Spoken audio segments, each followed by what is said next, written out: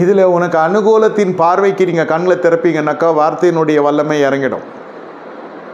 நீங்கள் வார்த்தையை மறுதளத்தில் மாறிடுவீங்க. அப்போ 2, 3, 4 மடங்கு நான் பலன் கொடுக்க நம்ம அதுக்கு ஒரு கிரயம் செலுத்த வேண்டியதாக இருக்கும். இதில் என்னுடைய அனுபவ சாட்சி சொல்கிறேன். நிறைய பேருக்கு நான் ஜெபம் பண்ணி சொல்லியிருக்கேன், வேணான்னு. எதுவாக இருந்தாலும் அதை செய்ய போய் சில ஜனங்க உயிர் சேதம் அடைந்தவர்கள் உண்டு. ஒன்றும் இல்லை, ஒரு இடத்துக்கு காலி பண்ணின்னு போவாங்க.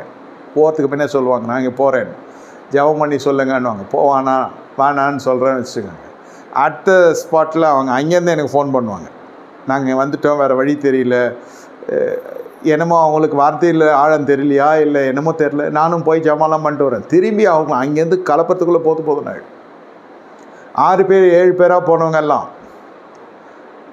2 பேர் திரும்பி வந்தாங்க. மீதி அத்தனை பேரும் அங்கேயே தான் இறந்தாங்க. திரும்பி வந்து 2 பேர்.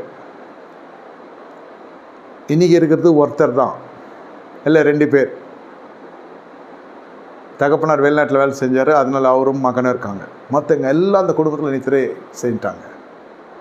திருமணம் தாறுமாறான ஜீவியம் கொண்டவங்க தேவ பிள்ளையாக காணப்பட்டு திருமணம் செஞ்சாங்க. தாறுமாறான ஜீவியம் செஞ்சது அப்புறம் திருமணத்துக்கு அப்புறம் தெரிய வந்து அவன் ரட்சிக்கப்படவே இல்லை, திருமணமே பட்சிக்கப்பட்டுச்சு. பல காரியங்கள் சொல்லிக்கொண்டே போகலாம். இதெல்லாம் ஒரு தனி மனிதனுடைய சக்தி அல்ல, கீழ்ப்படிதல் வேண்டும் என்பதல்ல. தேவ வார்த்தை புறக்கணிக்கப்படுகிற பொழுது நடக்கிற அவலட்சணங்கள், அலங்கோலங்கள் என்று சொல்ல வருகிறேன். நீங்கள் ஃபோட்டோவை பார்த்தோ சிலுவையை பார்த்தோ தொட்டு கும்பிட்டீங்கன்னாக்கா இந்த பக்கமே வர முடியாது. நான் என் நம்ம சபைக்காக சொல்லலை, இந்த அனுபவத்தின் வழியே வரவே முடியாது. கர்த்தர் சொன்னாரா, பேசினாரா? சாமுவேல் ஏலி கேட்கிறான். சாமுவேலன்னு சத்தம் கேட்கிறது. சாமுவேல் போய் ஏலி இடத்துல கேட்கிறார், யாரும் என்னை கூப்பிட்டீங்களா?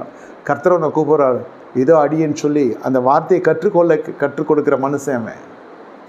தேவ சத்தத்தை எப்படி கேட்கணும்னு சொல்லி கொடுத்த மனுஷன் ஏலி, போதகன், பிரதான ஆசாரியன். அப்படியே இந்த பிள்ளையாடான் கேட்டு வந்து அப்படியே சாமுவேல்கிட்ட ஒப்பிச்சிச்சு. அந்த காலத்தில் தேவ வார்த்தை கேட்பதற்கு தாய் தகப்பன் இடத்துல இருக்க வேண்டிய அந்த பிள்ளை தேவாலயத்திலே காணப்பட்டது.